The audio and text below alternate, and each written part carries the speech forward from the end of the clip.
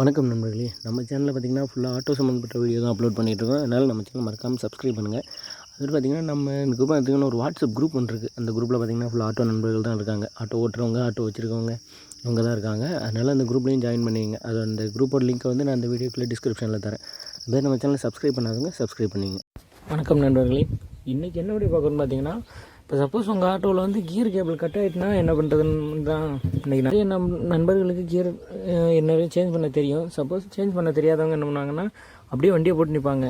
அதுக்கு ஒன்று பண்ணலாம். என்ன பண்ணலான்னா, வண்டி வந்து தேர்ட் கியரில் போட்டிங்கன்னா உங்களுக்கு வண்டி நியூட்ரல்லேருந்து, அதாவது ஸ்லோவிலேருந்து நீங்கள் தேர்ட் கியர் போகிறதுக்கு வண்டி ஆஃப் ஆகாமல் போகலாம். 4வது கியர் போட்டிங்கன்னா வண்டி ஆஃப் ஆகும், வெட்டுற பிரச்சனையெல்லாம் வரும்.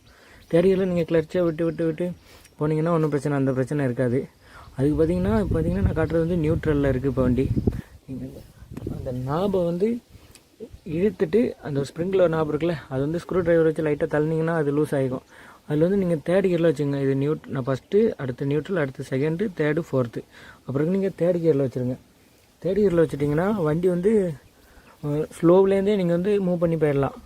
அது ரொம்ப ரேசமான வண்டியில் தேர்ட் கியரில் வண்டி ஒர்க் ஆகும். இப்போ நான் காட்டுற மாதிரி பார்த்திங்கன்னா அந்த நாபை வந்து நவுத்திக்கலாம். பார்த்திங்கன்னா நவுத்துறேன்ல, அந்தமாரி நவுத்திட்டு நீங்கள் வந்து யூஸ் பண்ணிக்கலாம். இப்படி யூஸ் பண்ணிங்க. நிறைய நண்பருக்கு கியர் என்ன சேஞ்ச் பண்ண தெரியலைன்னா, சப்போஸ் அறந்துருச்சுன்னா இந்தமாதிரி தேர்ட் கியரில் போட்டு நீங்கள் அப்புறம் மூவ் பண்ணிங்கன்னா அப்புறம் கண்டினியூவாக போயிட்டுருக்கலாம். நான் அதுமாரி ஒரு வாட்டி என்கிட்ட கியர் என்ன இல்லை, 10 கிலோமீட்டர் அதேமாதிரி போயிருக்கேன். 10 கிலோமீட்டருக்கு வந்து நான் தேர்ட் கியர்லேயே ஸ்லோவாகவே தான் போகும், வேறு வழி இல்லை, எந்த இன்னரும் யார்ட்டையும் கிடைக்கல. அதனால நான் தேர்ட் கியர்லேயே இதுமாரி போயிட்டு இருந்தேன். 10 கிலோமீட்டர் வரைக்கும் கரெக்டாக போய் தான் அப்புறம் நான் சேஞ்ச் பண்ணேன். சேஞ்ச் பண்ணுற வீடியோ நான் உங்களுக்கு நெக்ஸ்ட் அப்லோட் பண்ணுறேன், எப்படி கியர் என்ன சேஞ்ச் பண்ணுறதுன்ட்டு.